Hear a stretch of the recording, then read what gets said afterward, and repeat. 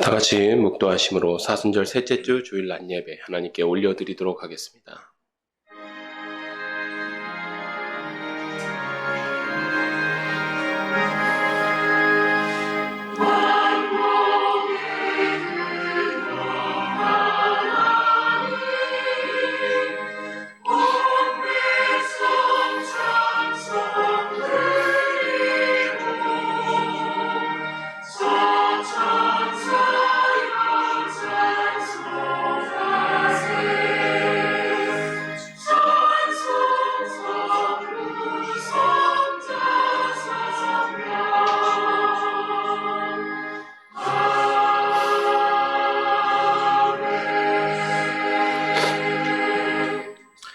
하나님은 영이시니 예배하는 자가 영과 진리로 예배할지니라.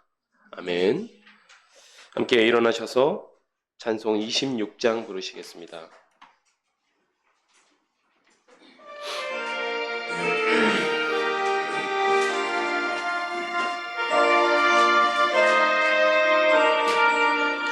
구세주를 아는 이들 찬송하고 찬송하세.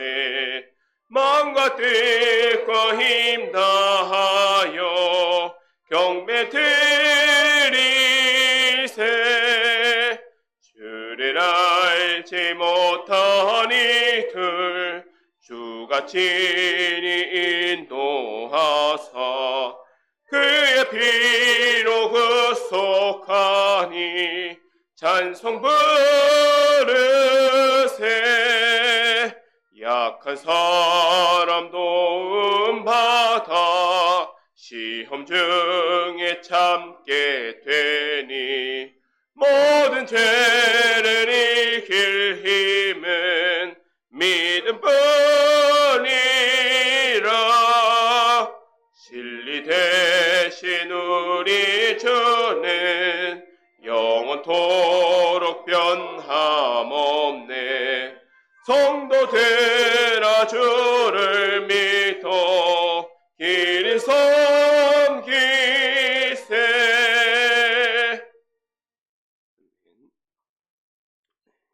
성시교독 36번, 교독문 36번 함께 교독하시겠습니다. 주여, 주는 대대 우리의 거처가 되셨나이다.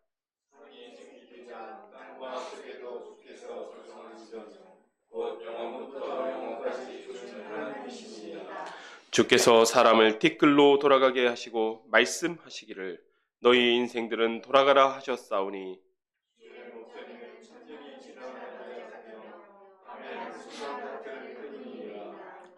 주께서 그들을 홍수처럼 쓸어 가시나이다. 그들은 잠깐 자는 것 같으며 아침에 돋는 불 같으니이다.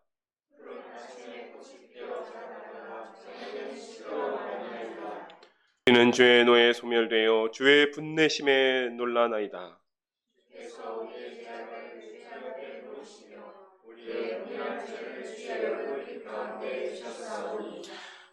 우리의 모든 날이 주의 분노 중에 지나가며 우리의 평생이 순식간에 다하였나이다.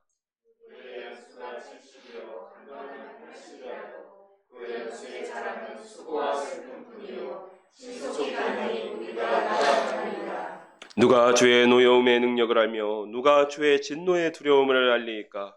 우리에게 우리의 날 계수함을 가르치사 지혜로운 마음을 얻게 하소서. 아멘. 사도신경으로 신앙 고백하도록 하겠습니다. 전능하사 천지를 만드신 하나님 아버지를 내가 믿사오며 그 외아들 우리 주 예수 그리스도를 믿사오니 이는 성령으로 잉태하사 동정녀 마리아에게 나시고 본디오 빌라도에게 고난을 받으사 십자가에 못 박혀 죽으시고 장사한 지 사흘 만에 죽은 자 가운데서 다시 살아나시며 하늘에 오사 전능하신 하나님 우편에 앉아 계시다가 저리로서 산자와 죽은 자를 심판하러 오시리라. 성령을 믿사오며 거룩한 공회와 성도가 서로 교통하는 것과 죄를 사하여 주시는 것과 몸이 다시 사는 것과 영원히 사는 것을 믿사옵나이다. 아멘. 자리에 앉아주시기 바랍니다. 찬송 144장 부르시겠습니다.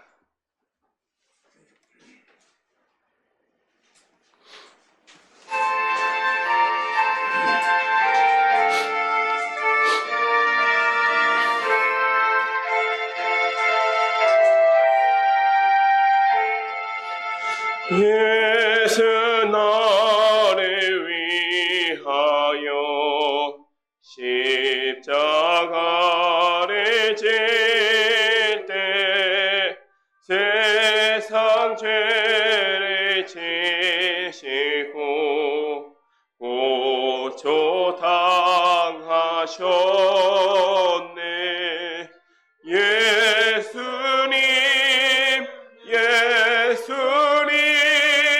나의 죄 위하여 곱의 피를 흘리니 죄인 받으소서.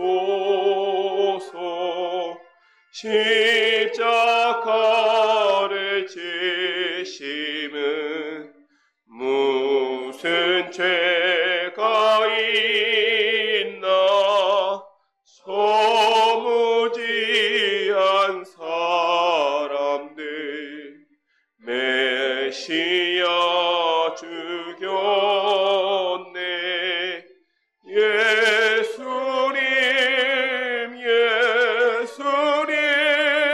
나의 죄 위하여 곱의 피를 흘리니 죄인 받으소서.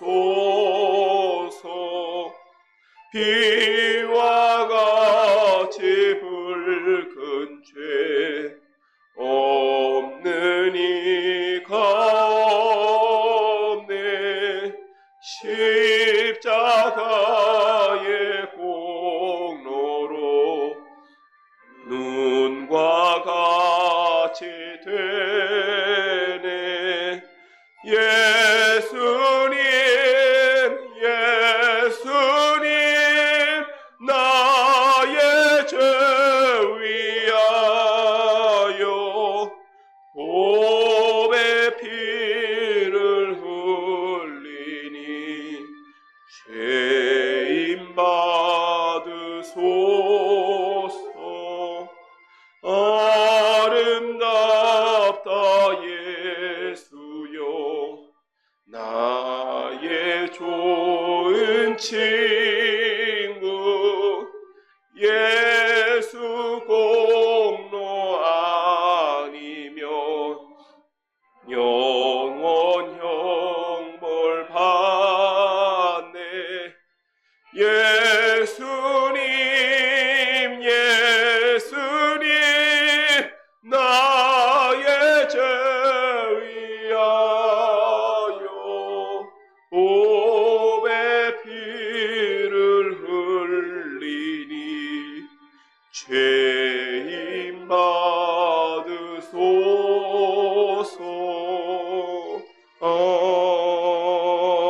아멘. 이 시간 우리를 대표하여서 오미숙 권사님 나오셔서 기도 인도해 주시겠습니다.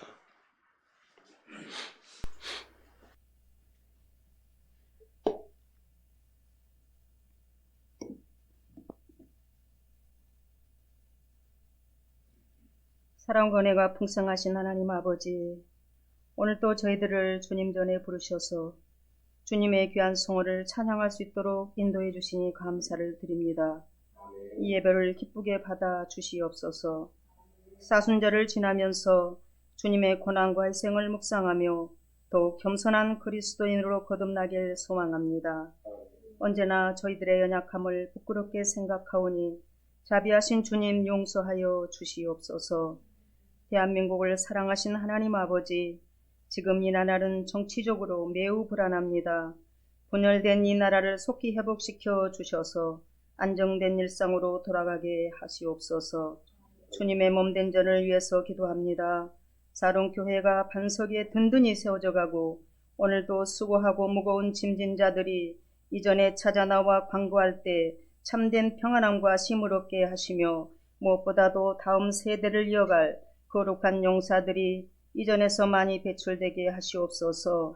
이 시간 말씀을 선포하실 전도사님, 영육의 강건함과 지혜와 명철을 주사 생명의 말씀이 선포될 때 많은 영혼들이 옳은 길로 돌아서게 하시며 이 시간도 저희들 말씀을 마음으로 받아서 결코 바람이 불고 창수가 나도 요동치 않는 정금 같은 믿음의 자녀들이 되길 원합니다. 하나님 아버지, 무엇보다도 사랑교회를 세워가기 위해서 기도와 물질로 헌신하는 자들이 있습니다. 늘 주님의 이루가 넘쳐나고 자자손손 받은 복을 세워보며 살아가게 하시옵소서.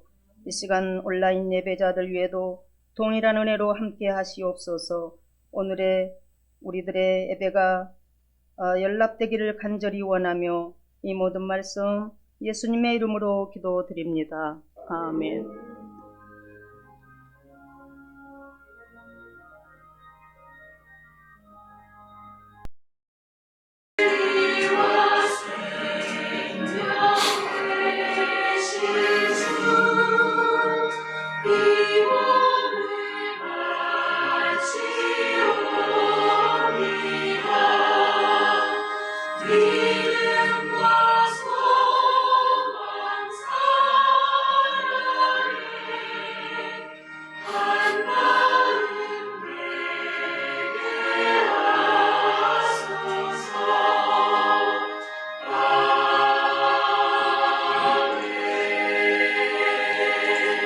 아멘.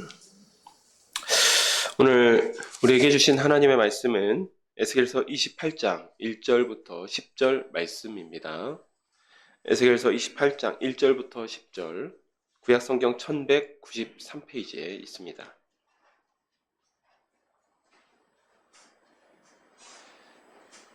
제가 말씀을 받들어 봉독하도록 하겠습니다.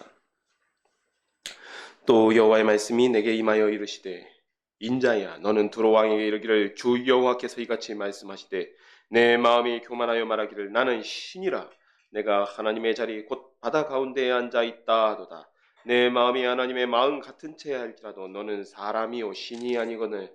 내가 다니엘보다 지혜로워서 은밀한 것을 깨닫지 못할 것이 없다 하고, 내 지혜와 총명으로 재물을 얻었으며 금과 은을 곳간에 저축하였으며 내 큰 지혜와 내 무역으로 재물을 더하고 그 재물로 말미암아 내 마음이 교만하였도다. 그러므로 주 여호와께서 이같이 말씀하셨느니라. 내 마음이 하나님 마음 같은 채 하였으니 그런즉 내가 이방인 곧 여러 나라의 강포한 자를 거느리고 와서 너를 치리니 그들이 칼을 빼어 내 지혜의 아름다운 것을 치며 내 영화를 더럽히며 또 너를 구덩이에 빠뜨려서 너를 바다 가운데에서 죽임을 당한 자의 죽음같이 바다 가운데에서 죽게 할지라. 내가 너를 죽이는 자 앞에서도 내가 하나님이라고 말하겠느냐? 너를 치는 자들 앞에서 사람일 뿐이요 신이 아니라. 내가 이방인의 손에서 죽기를 할례 받지 않은 자의 죽음같이 하리니 내가 말하였음이니라. 주 여호와의 말씀이니라 하셨다 하라. 아멘. 기도하겠습니다. 하나님 아버지, 참으로 감사드립니다. 주님, 저희가 사순절 기간 동안에 에스겔서 말씀을 함께 나누고 있습니다. 주님께서 이스라엘 백성들과 또 이방에 선포하신 그 말씀을 들으며 저희의 죄를 위하여서 십자가에서 돌아가신 주님의 그 은혜를 묵상하게 하여 주시고, 저희의 죄를, 저희 삶 가운데 있는 죄를 밝은 빛으로 비추어서 주님의 그 십자가 앞에 내려놓는 저희의 그런 큰 은혜가 있는 주간이 되게 하여 주시옵소서. 예수님의 이름으로 기도드렸습니다. 아멘.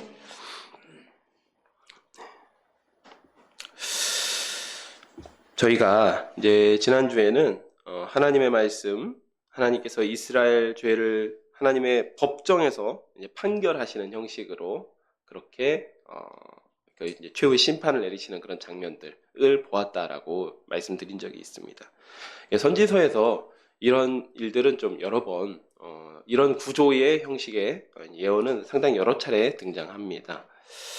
그런데 이 하나님께서 지난주에 말씀하신 죄는 이스라엘 고관들의 죄, 이스라엘 고관들이 불의한 이익을 위해서 피를 흘렸다, 의로운 자의 피를 흘렸다라고 하는 것, 그 다음에 선지자들은 돈을 위해서 예언한다, 그리고 제사장들은 율법을 멸시했다라고 하는 죄를 말씀하셨습니다. 이에 이스라엘은 결국 지도자들이 이렇게 타락하게 되니까 오홀라와 오홀리바라고 하는 이런 해괴한 음녀와 같이 하나님을 떠나서 음행하는, 영적으로 행음하는 우상 숭배를 하고, 또 심지어는 하나님의 형상인 사람, 그들의 자녀를 우상의 제물로 바쳐서 피 흘립니다. 하나님의 판결은 간음죄와 살인죄로 이스라엘을 심판하겠다라고 하시는 것이 없습니다. 율법에서 간음죄와 살인죄는 둘 다 죽음 외에는 판결이 없죠. 예. 그래서 하나님의 심판은 이스라엘 주변 이방에도 미쳤습니다. 이스라엘에 대한 선고가 완료되었기 때문에 이제는 이스라엘 주변에서 이스라엘을 꾀기도 하고 또 이스라엘과 다투기도 했던 이방 나라들에게도 이제 차례차례 심판하는 것이죠. 그래서 지난주에는 암몬, 모압, 에돔, 블레셋이 하나님의 심판을 받습니다.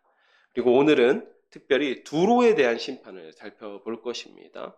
사실 두로 같은 경우에는 이스라엘과 이제 무역 상대국이긴 했지만 직접적으로 이스라엘에 뭔가 해악을 끼쳤다거나 한 적은 많이는 없습니다. 성경에 많이 등장하진 않는데 찬찬히 오늘 말씀을 살펴보다 보면 두로가 이런 이유로 하나님께 심판을 받는구나 라는 것을 우리가 함께 깨달을 수 있을 것입니다. 26장입니다. 26장을 한 번에 읽도록 하겠습니다. 11째 해 어느 달 초하루에 여호와의 말씀이 내게 임하여 이르시되 인자야 두로가 예루살렘에 관하여 이르기를 아하 만민의 문이 깨어져 내게로 돌아왔도다. 그가 황폐하였으니 내가 충만함을 얻으리라 하였도다.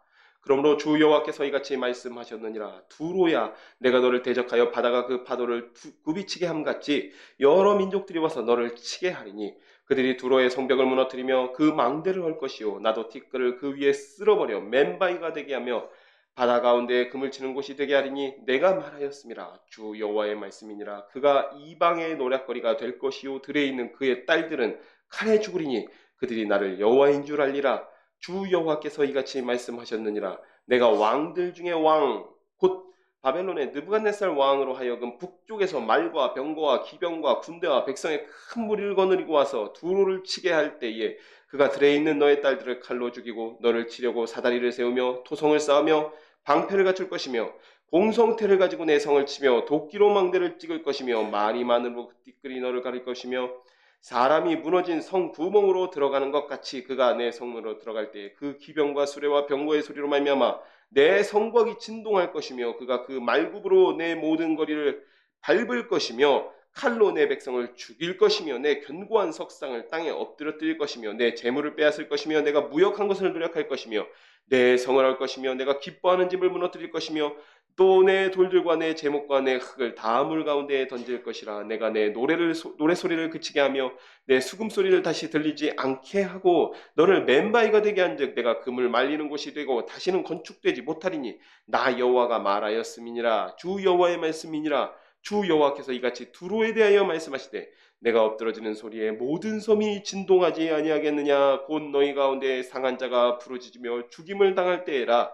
그때 바다의 모든 왕이 그 모자에서 내려 조복을 벗으며 수놓은 옷을 버리고 떨림을 입듯 하고 땅에 앉아서 너로 말미암아 무시로 떨며 놀랄 것이며 그들이 너를 위하여 슬픈 노래를 불러 이르기를 항해자가 살았던 유명한 성읍이여 너와 너의 주민이 바다 가운데 있어 견고하였도다.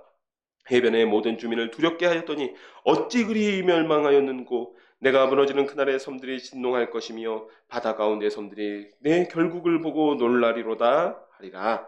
주 여호와께서 이같이 말씀하셨느니라. 내가 너를 주민이 없는 성읍과 같이 황폐한 성읍이 되게 하고 깊은 바다가 내 위에 오르게 하며 큰 물이 너를 덮게 할 때 내가 너를 구덩이에 내려가는 자와 함께 내려가서 옛적 사람에게로 나아가게 하고 너를 그 구덩이에 내려간 자와 함께 땅 깊은 곳 예로부터 황폐한 곳에 살게 하리라. 내가 다시는 사람이 거주하는 곳이 되지 못하리니 살아있는 자의 땅에서 영광을 얻지 못하리라. 내가 너를 배망하게 하여 다시 있지 못하게 하리니 사람이 비록 너를 찾으나 다시는 영원히 만나지 못하리라. 주 여호와의 말씀이니라.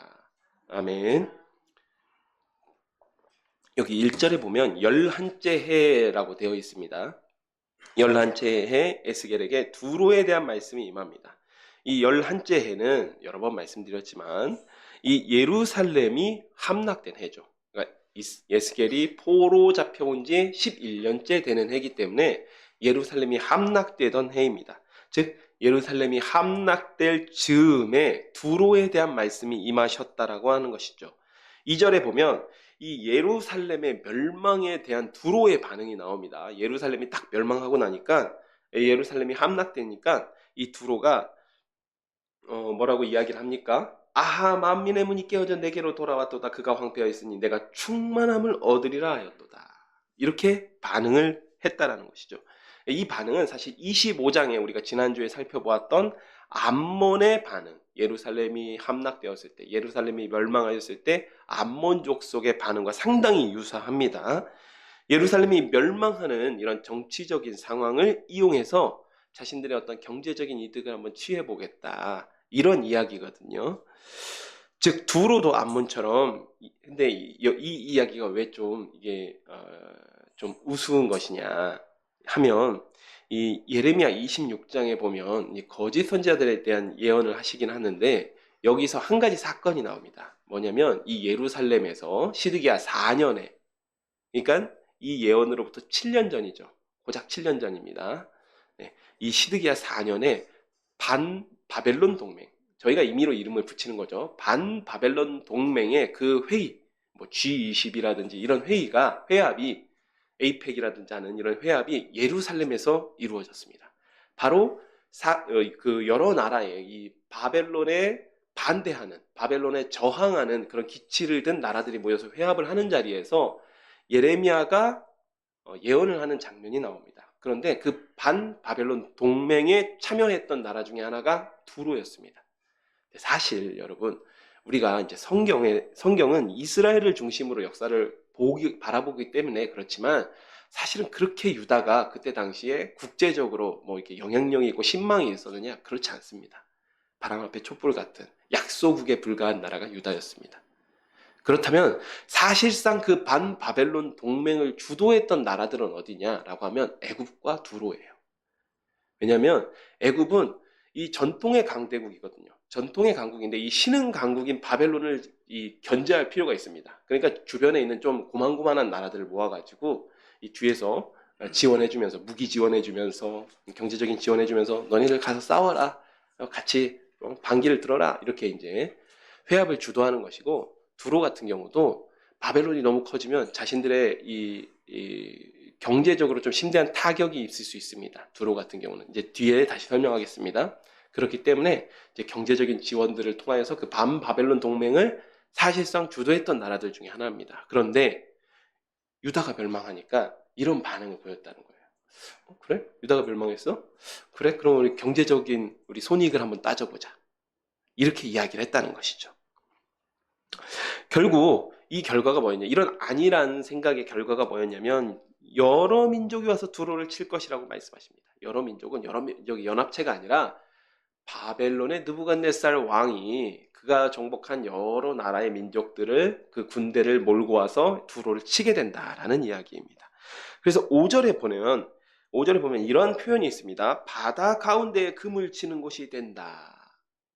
이 이야기를 제가 아주 알기 쉽게 말씀드리겠습니다. 부산이, 우리나라 제2의 도시죠. 부산이 부산포가 된다. 무슨 의미겠습니까? 국제적인 무역도시입니다. 이 당시에 두로는 국제적인 무역도시인데, 이 국제적인 무역도시가 고기나 잡는 그런 어촌 마을이 된다. 이 얘기입니다. 완전히 황폐해져서 고기나 잡는 어촌 마을이 된다.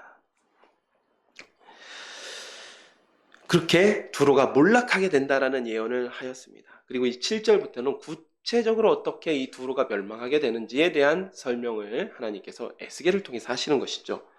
이 두로를 치는 주역은 당연히 느부갓네살 왕입니다. 느부갓네살 왕이 두로를 치게 되는데, 사실 느부갓네살 왕이 두로를 굳이 공격할 이유가 있었느냐라고 하면 몇 가지 이유가 있어요. 근데 가장 큰 이유들만 살펴보면, 첫 번째로는 이 느부갓네살 왕이 궁극적인 목표가 있어요. 궁극적인 목표. 자기 생전에 이루고 싶어하는 궁극적인 목표가 뭐냐면 애굽을 무릎 꿇리는 겁니다. 항상 이 패권 경쟁이, 이 세계사적으로 봐도 패권 경쟁이 일어나면 이제 신흥 강국, 그 다음에 전통의 강자가 늘 이렇게 한판 들이붙는 그런 경우가 많이 있는데, 늘 서로를 이제 굴복시키려고 하는 거죠. 어떨 때는 신흥 강자가 이기기도 하고, 어떨 때는 전통의 강자가 이기기도 하고, 이런 게 이제 세계사적인 역사인데, 느부갓네살 왕도 애굽을 굴복시키고 싶어 했어요. 그때 그러면 어떻게 해야 되냐? 애굽으로 바로 치고 들어갔다가 잘못하면 바벨론이 강국이긴 해도 이 전선이 여러 개가 만들어질 수 있고 게릴라전이 벌어질 수도 있고 그러면 이제 크게 불리해지는 겁니다. 그러니까 사전 정지 작업이라고 하죠. 이런 것들을 하는 겁니다. 그러니까 유다를 공격한 것도 그런 이유가 있었습니다. 그리고 두로 같은 경우에는 이 두로를 그냥 패스해서 애굽을 공격하게 되면 이 두로 같은 경우에는 돈이 많다 보니까 잘못하면 대규모의 용병 부대 같은 것들을 이용해서 이 바벨론을 공격할 수가 있는 거예요. 그리고 또 하나는 경제적인 이유가 있었는데 두로를 직접적으로 통치하게 되면 이 두로를 통해서 바벨론이 지중해의 해상 무역을 장악할 수가 있었어요. 그러니까 이 두로를 공격하려는 계획을 세웠던 것입니다. 그래서 저희가 이 말씀이 일어난 해가 타로 잡혀간 지 11째 되는 해, BC 586년입니다. 바로 BC 586년에 바로 그 해에 바벨론의 느부갓네살 왕이 두로를 공격합니다. 그래서 2절에서 예루살렘이 멸망했을 때 이런 두로의 반응이 너무 우스운 일이 돼버렸던 거예요. 한 치 앞도 알지 못하고 내다보지 못하고 예루살렘이 멸망한 거를 가지고 이제 계산기를 두드려 보다가 바벨론의 침공을 받게 되는 상황이 되어버리는 것이죠. 그래서 결국 결과가 어떻게 됐냐? 사실 두로는 바벨론이 쳐들어와도 좀 물리칠 자신이 있었던 것 같아요. 왜냐면 우리가 두로를 어떻게 알고 있죠? 조금 우리가 성경을 보신 분들은 두로가 어떤 지정학적인 위치가 어떻죠? 육지가 아니라 섬에 있었죠. 근데 섬이긴 섬인데 딱 요 정도 생각하시면 됩니다. 한 여의도 정도 됩니다. 그러니까 무슨 말이냐면 여의도보다 조금 더 멀리 떨어져 있긴 한데 육지로부터 한 800m 정도 떨어져 있습니다. 그곳이 두로 섬이었어요. 그렇다고 해서 두로가 섬에만 이 본거지가 있었냐? 그건 아니었어요. 육지편에도 이 두로성, 그러니까 두로에 항구가 있었어요. 아니, 두로성이 있었고 섬에 이제 주된 메인으로 있는 주된 기능과 시설이 섬에 있었던 것이죠. 그런데 이 섬이 면적이 어떻게 되냐면 굉장히 좁아요. 그래서 두로섬이 뭐 제주도나 뭐 어디 거제도나 이렇게 큰 섬이 아닙니다. 두로섬 면적이라고 해봤자 한 4km 정도 됩니다. 4제곱킬로미터. 이렇게 와닿지 않으시죠? 여의도 절반 정도입니다. 여의도가 8제곱킬로미터. 제가 이제 두로섬 찾아보면서 어떻게 비유할 수 있을까 해서 찾아봤는데 여의도의 절반 정도 되는 규모밖에 안 돼요. 그리고 조금 더 가깝게 얘기하면 이 간석동, 저희가 이 간석동 넓이가 4제곱킬로미터 정도 됩니다. 굉장히 좁은 거죠. 굉장히 좁은 거예요. 근데 거기에 이제 모든 항만이라든지 여러 가지 주요한 시설들이 있었던 겁니다. 그러니까 바벨론 군대가 해군력 자체가 약하기 때문에 우리가 충분히 막아낼 수 있다라고 생각했던 것 같습니다. 그리고 두로의 이런 자신감이 사실 상당히 의미가 있는 게 두로 자체는 이제 도시국가입니다. 도시국가인데 이 두로의 그때 당시의 상황을 살펴보면요. 이 페니키아라고 하는 민족이 있습니다. 많이 들어보셨죠? 페니키아라고 하는 민족이 있는데 이 민족들은 해상 민족이에요. 그래서 주로 이 사람들이 했던 게 무역을 많이 했습니다. 그런데 그때 당시에 페니키아의 도시국가들이 여러 곳에 있었습니다. 그래서 지중해에 있는 섬에도 있고 그다음에 이 두로 같은 나라도 있고 시돈도 있고 여러 나라들이 있었는데 그 페니키아 민족의 종주국이라고 할 수 있는 나라가 두로였습니다. 그러니까 사실 곳곳에 식민지 혹은 동맹국들이 굉장히 많이 있었어요. 이 두로가. 무역 상대국들도 많았지만. 심지어는요, 우리 잘 모르는 사실, 저도 이제 이 말씀을 준비하면서 알게 된 건데, 카르타고를 아시죠? 로마와 전쟁을 했던 카르타고. 북아프리카에 있는 지금 카르타고가 이 두로의 식민지였습니다. 예, 두로의 식민지였어요. 그래서 두로의 여왕이 공주가 가서 그 카르타고에 가서 건설했던 도시가 카르타고예요. 그러니까 북아프리카에 가서 건설한 도시가 카르타고입니다. 그만큼 이 두로의 영향력이라는 것은 단순한 도시국가가 아니었다라는 것이죠. 그런데 하나님께서 이 뒷부분에 보면 이 두로의 교만, 즉 이러한 것을 교만이라고 말씀하십니다. 그래서 이 두로가 이런 자신감, 두로가 가지고 있는 자신감과는 별개로 느부갓네살 왕이 반드시 두로를 정복하려고 했던 것이죠. 그래서 특히 이 두로 같은 경우에는 그 경제적인 부요함이 남달랐는데 두로의 특산품이 있습니다. 여러분들이 좀 아시는 거예요. 어떤 거냐면 신약 성경에 보면 자주장사 루디아가 나오죠. 자주장사가 자주색 옷감을 다뤘던 분이죠. 그리고 자주색이라는 것은 자연 상태에서는 흔하게 얻을 수 없는 겁니다. 주로 소라고동이라고 하는 페닉이라고 하는 이 소라고동의 이 끄트머리만 깨가지고 염료를 만든 게 이 보라색 염료입니다. 자주색 염료인데, 보라색이 아니라 자주색 염료인데, 그러니까 고가하고 흔치 않고 하다 보니까 주로 소비하는 계층이 누구겠습니까? 당대의 귀족들, 왕족들, 이런 사람들이 주로 그 소비를 했던 것이죠. 그래서 바로 이 보라색 염료를 사실상 지중해에서 독점했던 게 두로예요. 독점했습니다. 주로 취급했던 게 아니라 거의 독점했어요. 그래서 그 일종의 관용업구 같은 게 있습니다. 이게 뭐냐면 티리안 퍼플 이런 말이 있습니다. 티리안 퍼플. 티리안이 뭐냐면 이제 저희는 두로라고 하지만 사실 두로라고 하면 잘 못 알아듣습니다. 네, 세계사적으로는 우리가 티레라고 이야기하는데 이 두로의 자주색 이렇게 하면 고대 근동에서는 모두 다 알 정도, 지중해까지도 그 명성이 퍼질 만큼 굉장히 유명한 특산품이었습니다. 그러니까 그걸 독점하고 있었던 것이죠. 그러니까 느부갓네살은 이걸 얻고 싶어 했던 거예요. 이러한 이유로 586년 느부갓네살이 두로를 공격합니다. 이 전쟁은 본문이 기록한 것 같은 결과를 가져오게 돼요. 그런데 사실 여기에는 본문에서는 언급하지 않은 이야기가 조금 나오는데 뭐냐면 이 바벨론이 워낙 그 육군이 강하고 또 이 해군이 좀 약하다 보니까 이 두로에 있는 두로의 육지 영토들은 다 점령했어요. 그런데 해군이 약하다 보니까 이 섬을 점령을 못하는 거예요. 그러니까 이 바벨론의 특기가 나옵니다. 포위 작전이 나옵니다. 포위를 하는데 얼마나 포위했을까요? 예루살렘은 18개월 포위하고 성벽이 무너졌습니다. 그렇죠? 18개월 포위했는데 성중의 양식이 떨어지고 성벽이 무너졌습니다. 18개월 만에 예루살렘이 함락됐습니다. 두로는 몇 년을 포위했을까요? 이 고대인들을 보면 정말 인내심이 대단합니다. 18개월? 아닙니다. 13년을 포위합니다. 대단하죠? 13년을 포위해요. 근데 그럴 수밖에 없는 게 예루살렘은 산 위에 있습니다. 포위하면 꼼짝 못하죠. 두로는 섬이에요. 포위해도 육지 쪽을 완전히 딱 막아도 배가 살아있으니까 뭐 양식이 떨어지면 사오면 됩니다. 이집트 가서 사오면 돼요. 밀이 떨어지면 이집트 가서 사오면 됩니다. 그래서 13년을 포위를 합니다. 결국은 어떻게 됐냐? 결국 그래서 바벨론이 지쳐서 끝났냐? 그건 아니었습니다.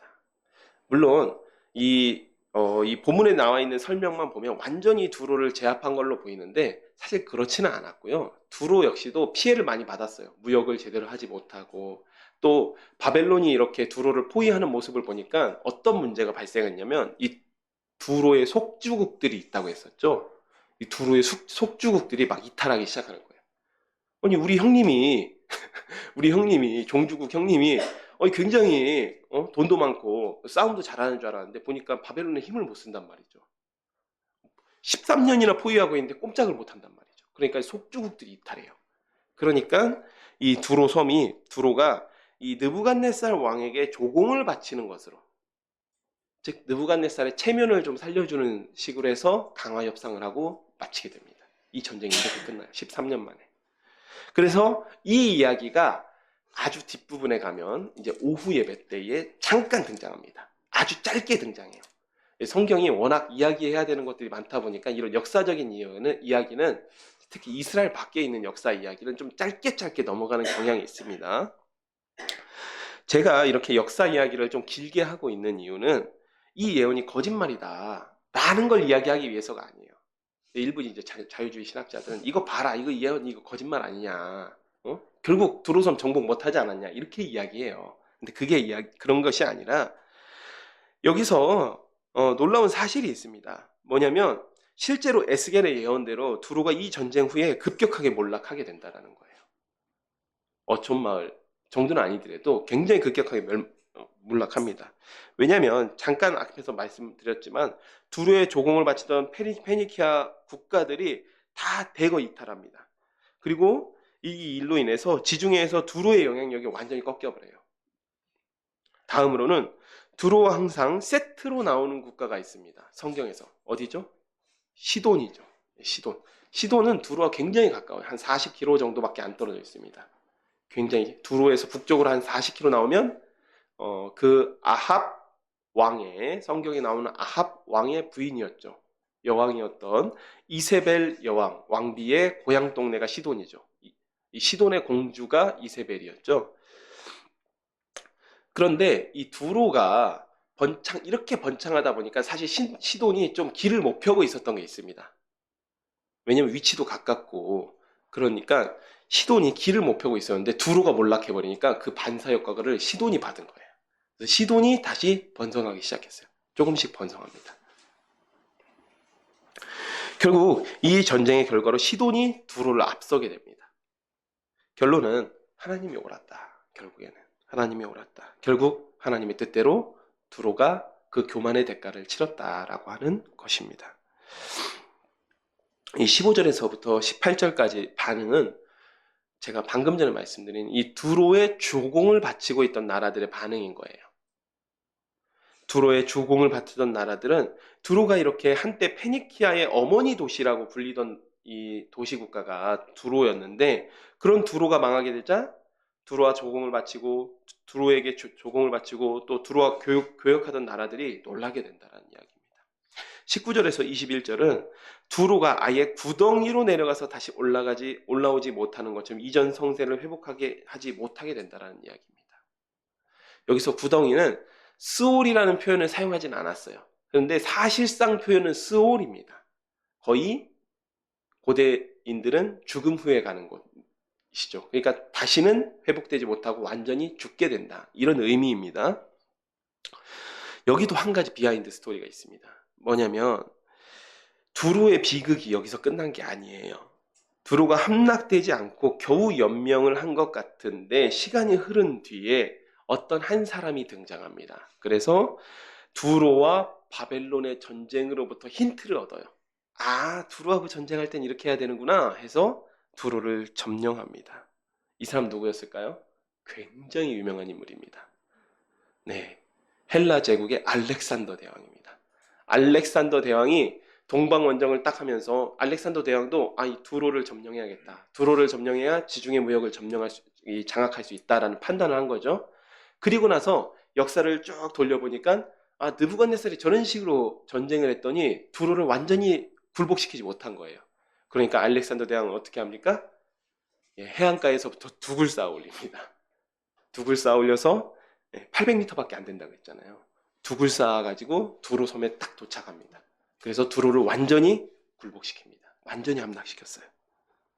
그리고 나서 그때 이후부터는 두로나 시돈이 사실은 이 세계사적으로 크게 이렇게 등장하는 그런 장면은 이제 등장하지가 못하게 됩니다. 그러니까 완전히 몰락하게 되는 것이죠. 이제 하나님께서 두로에 대한 애가를 지으라고 명령하십니다. 27장 말씀입니다. 여기서 두로가 멸망하는 것에 대한 슬픔보다는 애가를 통해서 두로의 죄악을 지적하시고 이 두로의 멸망을 하나님께서 말씀하고 계시는 거예요. 두로가 이렇게 멸망했다. 진짜 슬퍼한다라는 의미라기보다는, 그래서 애가의 형식으로서 이 말씀을 전하고자 하는 것입니다. 27장은 25절까지 한 번에 읽도록 하겠습니다. 여호와의 말씀이 내게 임하여 이르시되 인자야 너는 두로를 위하여 슬픈 노래를 지으라. 너는 두로를 향하여 이르기를 바다 어귀에 거주하면서 여러 선 백성과 거래하는 자여 주 여호와께서 이같이 말씀하시되 두로야 내가 말하기를 나는 온전히 아름답다 하였도다. 내 땅이 바다 가운데 있으며 너를 지은 자가 내 아름다움을 온전하게 하였도다. 스닐의 잣나무로 내 판자를 만들었으며 너를 위하여 레바논의 백향목을 가져다 돛대를 만들었도다. 바산의 상수리 나무로 내 노를 만들었으며 기띔성 황양목의 상아로 꾸며 갑판을 만들었도다. 애굽에 수놓은 가는 배로 돛을 만들며 깃발을 삼았으며 엘리사섬의 청색 자색 배로 차이를 만들었도다. 시돈과 아로와 주민들이 내 사공이 되었으며 두로야 내 가운데 있는 지혜자들이 내 선장이 되었도다. 그 발의 노인들과 지혜자들이 내 가운데 배의 틈을 맞는 자가 되었으며 바다의 모든 배와 그 사공들은 내 가운데서 무역하였도다. 바사와 룻과 붓이 내 군대 가운데서 병종이 되었으며 내 가운데 방패와 투구를 달아 내 영광을 나타냈도다. 아로아 사람과 내 군대는 내 사방 성위에 있었고 용사들은 내 여러 망대에 있었으며 내 사방 성위에 방패를 달아 내 아름다움을 온전하게 하였도다. 다시스는 각종 보화가 풍부함으로 너와 거래하였으며 은과 철과 주석과 납을 내 물품과 바꾸어 갔도다. 야왕과 두발과 메색은 내 상인이 되었으며 사람과 녹그릇을 가지고 내 상품을 바꾸어 갔도다. 도갈마 족속은 말과 군마와 노새를 내 물품과 바꾸었으며 드단 사람은 내 상인이 되었으며 여러 섬이 너와 거래하여 상아와 박달나무를 내 물품과 바꾸어 갔도다. 너의 제품이 풍부함으로 아람은 너와 거래하였으며 땀보석과 자색배와 수놓은 것과 가는배와 상어와 홍보석을 내 물품과 바꾸어 갔도다. 유다와 이스라엘 땅 사람이 내 상인이 되었으며 민린 밀과 가자와 꿀과 기름과 유향을 내 물품과 바꾸어 갔도다. 너의 제품이 많고 각종 부하가 풍부함으로 다메섹이 너와 거래하였으며 헬본 포도주와 흰 양털을 너와 거래하였도다. 모단과 야왕과 길쌈하는 실로 내 물품을 거래하였으며 가공한 새와 계피와 대나무 제품이 내 상품 중에 있었도다. 드다는 내 상인이 되었으며 말을 탈 때 까는 천을 너와 거래하였도다. 아라비아와 게달의 모든 고관은 내 손 아래 상인이 되어 어린 약과 순약과 염소들 그것으로 너와 거래하였도다. 스바와 라마의 상인들도 너의 상인이 되며 각종 극상품 향재료와 각종 보석과 황금으로 내 물품을 바꾸어 가도다. 하란과 간네와 에덴과 스바와 아수르와 길맛의 장사꾼들도 너의 상인들이라. 이들의 아름다운 물품 곧 청색옷과 수놓은 물품과 빛난 옷을 백향목 상자에 담고 노끈으로 묶어가지고 너와 거래하여 내 물품을 바꾸었도다. 다시스의 배는 때를 지어 내 화물을 나르니 내가 바다 중심에서 풍부하여 영화가 매우 크도다. 사실 우리가 다 알지도 못하는 엄청나게 많은 나라와 또 민족들이 등장하죠. 그런데 여기 10절까지, 11절까지의 말씀은 이 두로의 이제 번영 자체를 25절까지 이 두로의 번영 자체를 지금 노래하고 있는 것인데 여기 3절을 보면 두로야 내가 말하기를 나는 온전히 아름답다 하였도다라고 이 두로 사람들이 스스로 자평하였다라는 거예요. 스스로 자평하였다는 겁니다. 이 두로가 이런 번영을 누리게 된 것은 우리도 알고 있는 한 인물 이후입니다. 그게 누구냐면 두로의 히람 왕입니다. 히람 왕이 언제 등장하죠? 다윗과 솔로몬 시대에 등장하죠.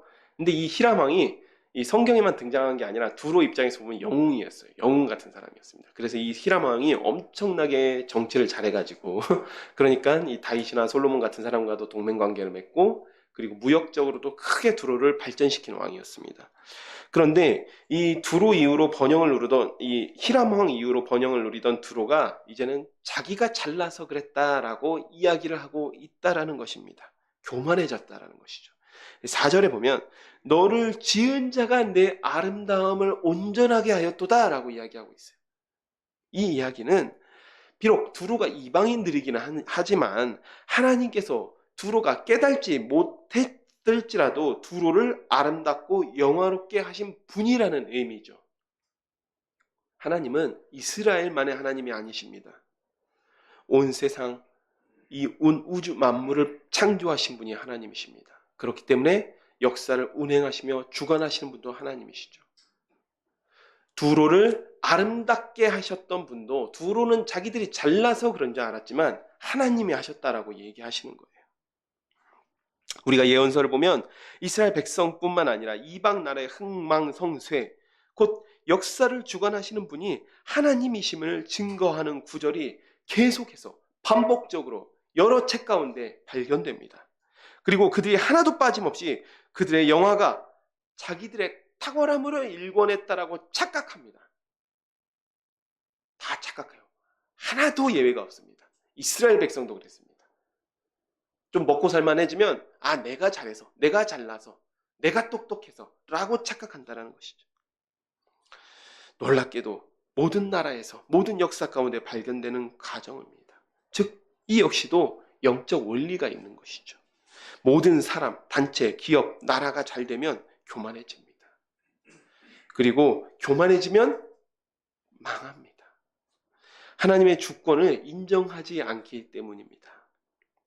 다시 여기 두로로 돌아오겠습니다. 두로 이야기로 돌아와서 5절에서 25절에서 장황하게 설명하는 구절, 두로의 부귀영화에 대한 설명입니다. 이 당시에 지금 여기 나오는 것들을 얼핏만 살펴봐도 우리가 다 잘 알지 못해도 무엇입니까? 최고급품만 다루고 있어요. 최고급품. 각 나라의 특성품들, 최고급품만 다루고 있고, 특히 이 11절까지 이야기는 이 두로를 일종의, 두로가 워낙 무역을 많이 했기 때문에 해상 무역의 중심지였기 때문에 배로 비유하고 있는데, 이 배를 꾸미고 있는 거, 배를 이루고 있는 게 다 각 나라의 특산품들입니다. 각 나라의 최고급품으로 이 배를 꾸몄다, 두로를 꾸몄다라고 이야기하고 있고, 10절에서 11절은 이 두로가 돈이 많다 보니까 바사와 룻과 붓과 아르와 사람, 이런 사람들의 용병으로 부렸다라고 하는 이야기도 언급되고 있습니다. 굉장히 잘 나가고 번창했던 나라라는 것이죠. 12절 이하는 모든 나라가 두로와 무역을 하고 싶어서 안달이 났다라는 이야기예요. 여기서 반복적으로 등장한 단다, 많다, 풍부하다 입니다. 그만큼 돈이 많고 부유한 도시였다는 의미죠. 왜 이렇게 당시 지중해에서 두로가 잘 나갔냐면, 당시에는 고대 시대잖아요. 지금으로부터 무려 2500년, 2600년 전입니다. 선박 건조 기술 그리고 항해술이 거의 많이 발달하지 못했던 시기입니다. 그런데 그때 당시에 선박 건조 기술과 항해 기술을 거의 이제 이 지중해를 오가면서 그렇게 무역을 할 만큼의 항해술과 선박 건조 기술을 가지고 있는 나라가, 그런 민족이 페니키아인들이었어요. 페니키아인들 정도만 지중해 배를 타고 다니며 무역을 할 수 있는 기술을 가지고 있는 겁니다. 기술 독점을 하고 있는 겁니다. 그러다 보니까 이 페니키아인들의 정점에 있는 도시 두로가 모든 나라 무역 상대국 가운데 영향력을 가지고 있는 겁니다. 그래서 보면 여기 다시스라고 하는 데는 여러분 잘 알고 계시겠지만 스페인을 이야기하는 거예요. 지금 두로는 지중해 동쪽 끝에 있거든요. 다시스, 스페인은 우리가 지중해 서쪽 끝에 있다는 걸 알 수 있죠. 그러니까 지중해 전 여기, 이 표현은 지중해 전체가 이 두로의 앞마당 같은 겁니다. 두로의 앞마당 같다라고 지금 이야기하고 있는 거예요. 자, 26절 이하는 이렇게 번창하던 도시가 갑자기 망한 후에 이 주변 나라들의 반응입니다. 갑자기 망한 다음에 반응을 한번 보겠습니다.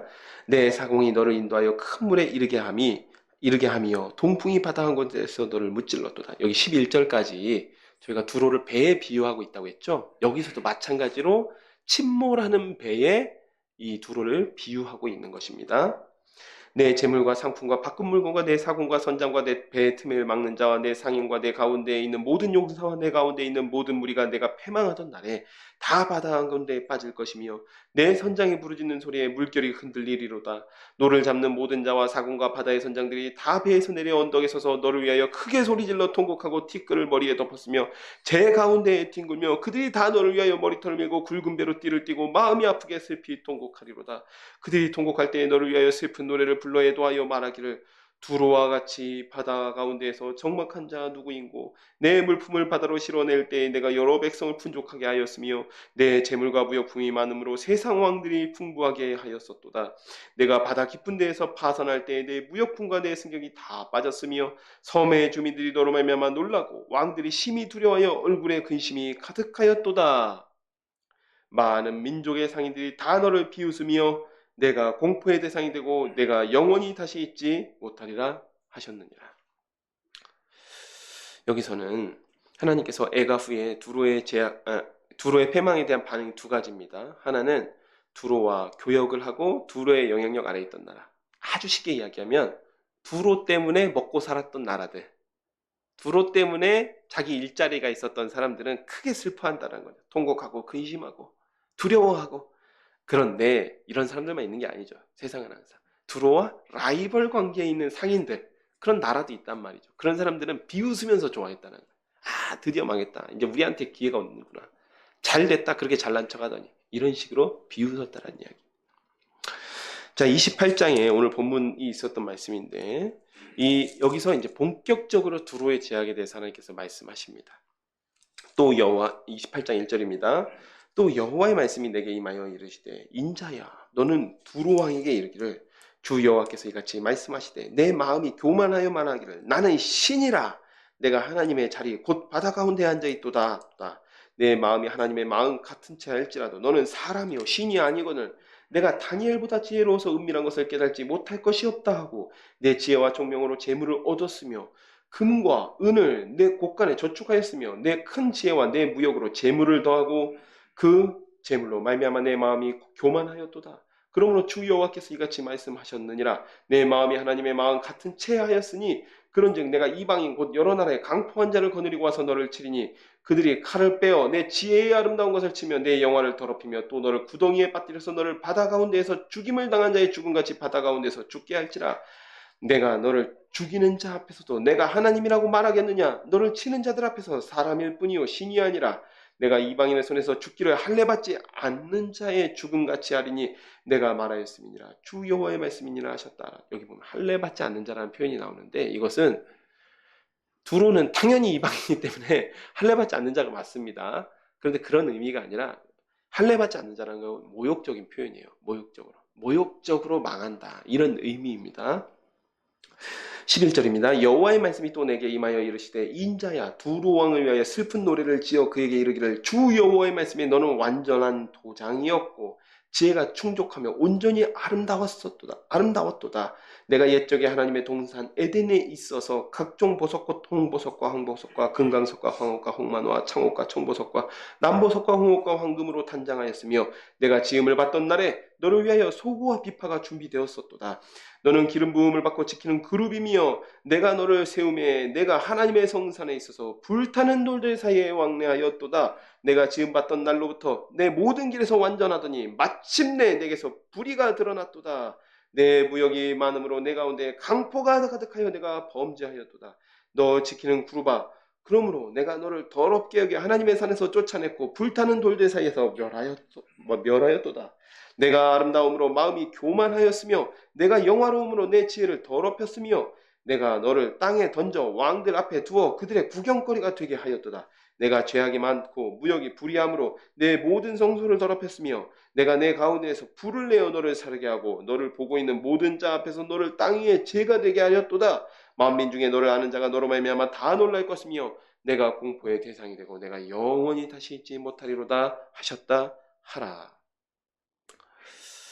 여기서 하나님께서 애가를 지으라고 말씀하신 후에 두로의 제약을 열거하시고 있죠. 그러면서 심판을 말씀하시는 장면입니다. 2절에서 내 마음이 교만하여 말하기를 나는 신이라 내가 하나님의 자리 곧 바다 가운데에 앉아있다 하는도다. 내 마음이 하나님의 마음 같은 채 할지라도 너는 사람이요 신이 아니라 이렇게 이야기하고 있습니다. 즉 두로가 멸망하는 가장 큰 원인은 교만이었다라는 겁니다. 교만이었다. 잘 나가니까 눈에 보이는 게 없죠. 교만하다라는 겁니다. 멸망하는 사람이 반드시 범하게 되는 죄악이 바로 교만입니다. 결국 두로 왕의 마음이란 것이 여기서 여러분 우리가 한 가지 연상이 좀 되어야 됩니다. 뭐냐면 아담이 뱀의 유혹에 넘어가서 그때 뱀이 아담을 유혹할 때 하와를 유혹할 때 이렇게 유혹합니다. 너희가 그것을 먹는 날에는 너희 눈이 밝아져 하나님같이 되어 선악을 알 줄을 하나님이 아심이라. 우리가 최초의 범한 죄악, 우리의 선조 아담이 최초로 범한 죄악이 무엇이었습니까? 하나님같이 되는 거였어요. 근데 여기 두로 왕의 마음이 나는 신이라. 이사야서에서도 바벨론에 대해서 이야기할 때 내가 북극지폐의 별들 위에 오르리라. 사람이 똑같은 겁니다. 사람이 똑같아요. 잘 나가게 되면 다 자기 뜻대로 된다라고 생각하는 거죠. 그리고 그 자리를 노리는 겁니다. 그러나 9절에 하나님께서 말씀하십니다. 그 현실을 깨닫게 하시는 거죠. 내가 너를 죽이는 자 앞에서도 네가 하나님이라고 말하겠느냐? 너를 지금 죽이려고 오는 그 자들 앞에서 네가 신이라고 말해봐라. 네가 신이라고 말해봐라. 한번 말해봐라. 라고 이야기하시죠. 그 심판 앞에 나아가게 되면 하나님의 심판 앞에 나아가게 되면 여실히 드러납니다. 아무런 능력이 없는 연약한 죄 많은 인간이라는 사실이 드러나게 된다는 것입니다. 12절은 두로의 아름다움이 하나님께 인정받을 만한 것이었다는 겁니다. 물론 여기서 에덴에 있어서 두로가 진짜 에덴 동산에서부터 있었냐 그런 의미가 아니라 하나님께서도 인정할 만큼 그만큼 번창하고 아름다운 도시였다라는 의미예요. 그렇게 이해하시면 됩니다. 그러나 두로의 불의가 드러나게 된다는 것인데 16절에 내가 무역이 많음으로 내 가운데 강포가 가득하여 내가 범죄하였도다. 또 17절 내가 아름다움으로 마음이 교만하였으며 내가 영화로움으로 내 지혜를 더럽혔으며 이렇게 이야기하고 있죠. 즉 무역으로 먹고 살만해요. 하지만 그렇다고 해서 사람이 만족합니까? 아니죠. 그 독점적인 지위로 의해서 강포를 행했다는 겁니다. 예, 물건값을 후려치고 그런 식으로 강포를 행했다라는 것이죠. 이미 많은 이득을 거두었지만 더 큰 이익을 위해서 강포를 행합니다. 독점적 지위로 불공정 무역을 했다라는 것입니다. 약한 나라들을 착취했습니다. 또 그렇게 벌어들인 돈으로 자기를 치장하면서 더 교만해지는 것이죠. 종합하면 두로는 교만과 탐심으로 망하게 되었다라는 것입니다. 이렇게 두로에 대한 예언이 마무리됩니다. 사랑하는 여러분, 우리가 두로가 이 히람 시절에는 이스라엘과 굉장히 밀접한 관련이 있었던 나라입니다. 제가 히람 왕에 대해서 아까 앞에서 잠깐 이야기했는데 이 히람 왕은 두로 입장에서 두로 역사에서는 상당히 영웅적인 면모를 보이는 왕이었습니다. 그러다 보니까 나름의 그 일세 호걸들끼리는 좀 통하는 게 있었나 봐요. 그러니까 이 성경에 보면 그런 이야기도 있어요. 그런 구절이 있습니다. 히람 왕이 다윗 왕을 지극히 사랑하였다. 다윗 왕을 지극히 사랑하였다. 그래서 다윗 시대에는 히람 왕이 다윗 왕을 너무너무 사랑해서 다윗성, 그러니까 예루살렘 성을 딱 정복하고 나서 다윗이 처음으로 이제 그 예루살렘을 지을 때에 그때도 건축 기술자들을 지원해 줬습니다. 건축 물자와 기술자들을 지원해 줬어요. 그리고 그 아들인 솔로몬 왕 시대에는 성전 건축을 하려고 하는데 사실 성전 건축 기술이 좀 부족했던 것 같아요. 이스라엘에는. 그러다 보니까 히람 왕이 성전 건축 기술자들을 지원해 줬어요. 여기까지 다 아시는 부분이죠. 또 솔로몬을 다윗 왕의 아들이었던 이 솔로몬을 또 사랑해가지고 이 두로가 잘하는 게 뭐라고 했죠? 무역이었죠. 무역에 파트너로 끼워줬어요. 솔로몬을. 그래서 이 성경을 보면 이런 부분도 나옵니다. 이 두로 왕 히람이 솔로몬과 함께 배를 띄었다. 배를 띄었다. 사실 혼자 다 먹어도 되는 거예요. 무역을 다 혼자 해도 되는데 솔로몬도 끼워줘서 여기서 무역을 함께해서 이익을 나눴다라는 이야기도 나옵니다. 즉 이때 이야기를 하고 있는 겁니다. 이 아름답고 번창했고 하나님께서 인정할 만한 아름다운 나라였다라고 하는 것은 이때 이야기를 하고 있는 거예요.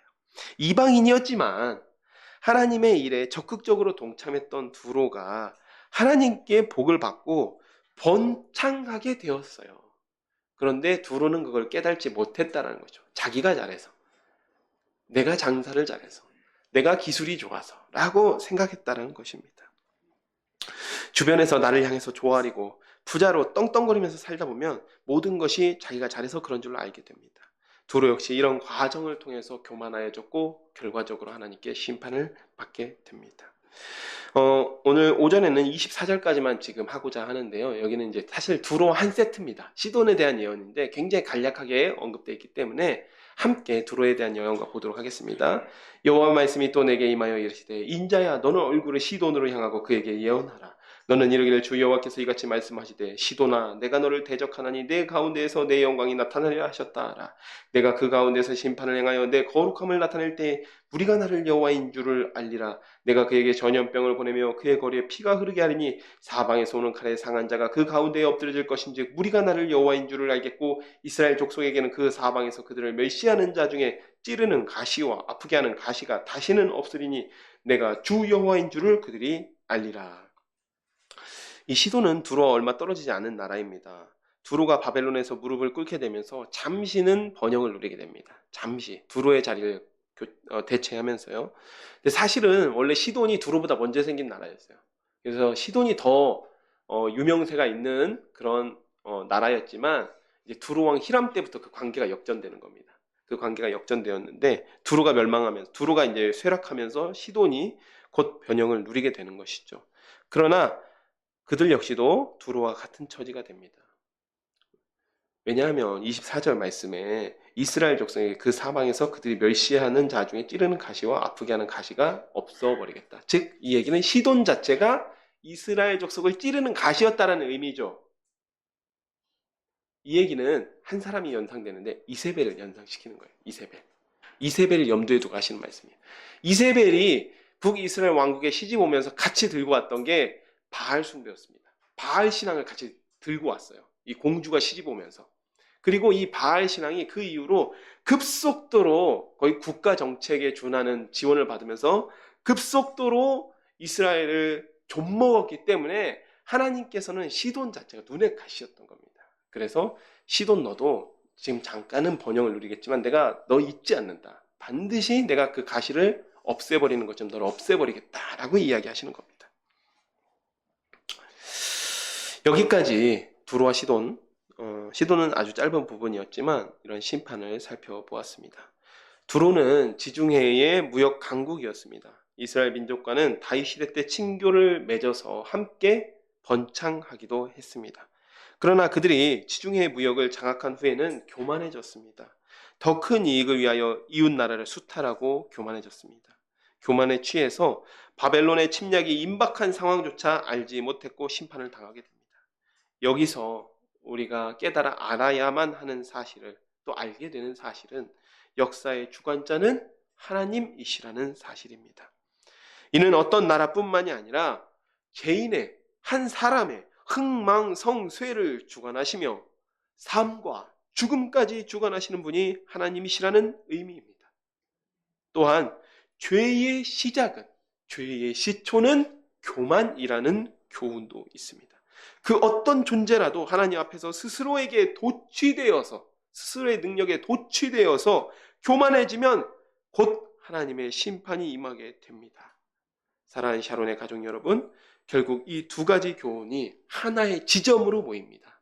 하나의 지점으로 모이는 것이 역사의 주관자이신 하나님을 믿는다면 우리는 결코 교만할 수 없다라는 사실입니다. 천지를 창조하시며 역사를 주관하시며 운행하시는 그 하나님 앞에서 우리가 무엇을 들고 나가야 자랑할 수 있겠습니까? 무엇으로 우리의 자랑거리를 삼을 수 있겠습니까?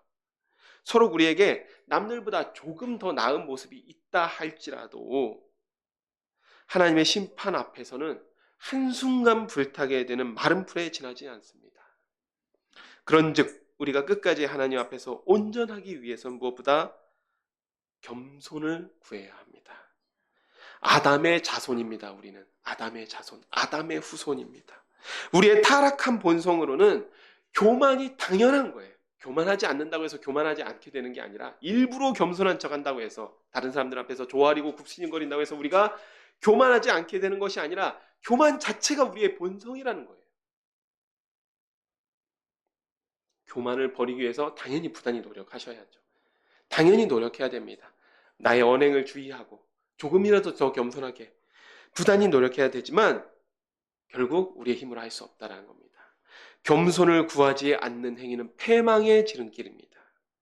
우리 샤론의 가족들은 이와 같이 겸손의 덕을 이루어서 하나님께 겸손을 구하며 겸손의 덕을 이루어서 끝까지 온전히 행하시는 그러한 샤론의 가족들이 되기를 축복드리면서 제가 기도하고 말씀을 맺도록 하겠습니다. 기도하겠습니다. 하나님 아버지, 오늘 두로의 교만을 살펴보았습니다. 주님, 두로는 그때 당시에 지중해의 무역을 쥐락펴락하는 그런 엄청난 위치에 있었고 또 그러한 자신들의 상황을 잘 알고 있었기 때문에 매우 교만하였습니다. 자신들을 신이라고 칭할 만큼 교만하였습니다. 그러나 그들이 하나님의 심판 앞에서는 죄 많은 인간에 불과하다라는 사실, 죽을 수밖에 없는 인간에 불과하다는 사실을 깨닫게 되었으나 이미 늦은 일입니다. 하나님, 저희는 아담의 후손입니다. 저희는 교만할 수밖에 없습니다. 저희는 늘 하나님이 되고자 하는 그런 더러운 욕망을 가진 자들입니다. 주님, 그렇기 때문에 더더욱 겸손을 구합니다. 저희의 힘으로 겸손할 수 없습니다. 하나님의 능력으로 저희가 천지를 창조하신 창조주 하나님과 역사를 주관하시는 하나님의 그 능력과 은혜를 깨달아 알게 하시고 주님의 그 위엄 앞에 무릎 꿇고 겸손하게 하여 주시옵소서. 행하여 온전하게 하여 주시옵소서. 예수님의 이름으로 기도드렸습니다. 아멘. 네. 이 시간 457장 찬송 부르시면서 준비하신 예물을 하나님께 올려드리도록 하겠습니다.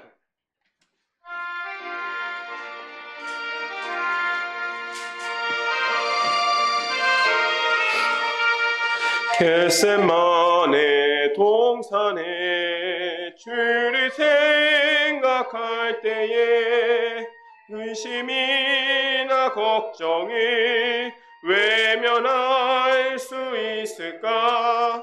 나를 항상 버리고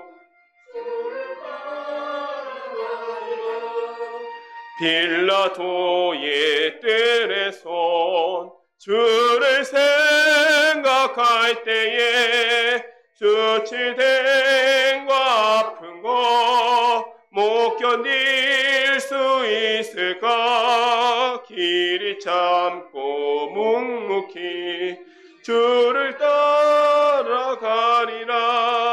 갈보리산 올라간 주를 생각할 때에 나의 받는 괴로움을 비교할 수 없으리. 십자가를 지고서 주를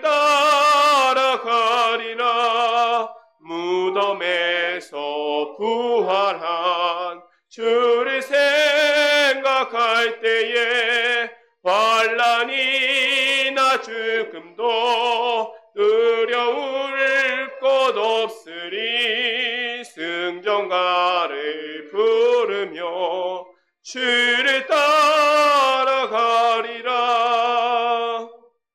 아멘. 드려진 헌금 위해서 제가 기도하도록 하겠습니다. 하나님 아버지, 참으로 감사드립니다. 주님, 저희에게 모든 것을 베풀어 주시고 또 저희가 누리고 있는 모든 것이 주님으로부터 온 것임을 먼저 고백합니다. 주님, 그 중에 저희가 받은 것 중에 또 그 중에서도 물질 중에서도 일부를 구별하여 나왔습니다. 주님, 기뻐 받아 주시옵고 이 물질이 사용되는 곳마다 주님의 영광이 드러나며 주님의 나라가 확장되어지게 하여 주시옵소서. 예수님의 이름으로 기도드렸습니다. 아멘. 네, 오늘 우리 샤론교회 예배에 참석한 여러분 모두를 주님의 이름으로 환영하며 하나님의 은혜와 진리가 함께 하시기를 축복합니다. 여기 주보 뒤편에 보시면 우리 교회 기도 제목이 있습니다. 여러분 기도하실 때마다 교회를 위해서 기도해 주시면 참으로 감사드리겠습니다. 지금 함께 일어나셔서 찬송 3장 부르시고 주기도문으로 예배를 마치도록 하겠습니다.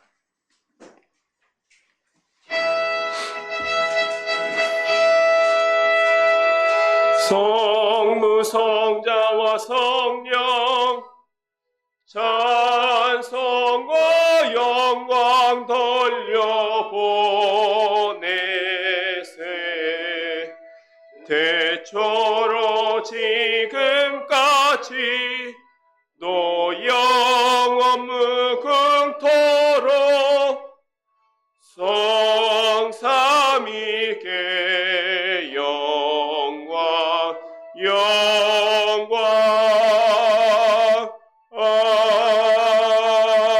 아멘. 하늘에 계신 우리 아버지여, 이름이 거룩히 여김을 받으시오며 나라가 임하시오며 뜻이 하늘에서 이루어진 것 같이 땅에서도 이루어지이다. 오늘 우리에게 일용할 양식을 주시옵고 우리가 우리에게 죄 지은 자를 사하여 준 것 같이 우리의 죄를 사하여 주시옵고 우리를 시험에 들게 하지 마시옵고 다만 악에서 구하시옵소서. 내게 나라와 권세와 영광이 아버지께 영원히 있사옵나이다. 아멘.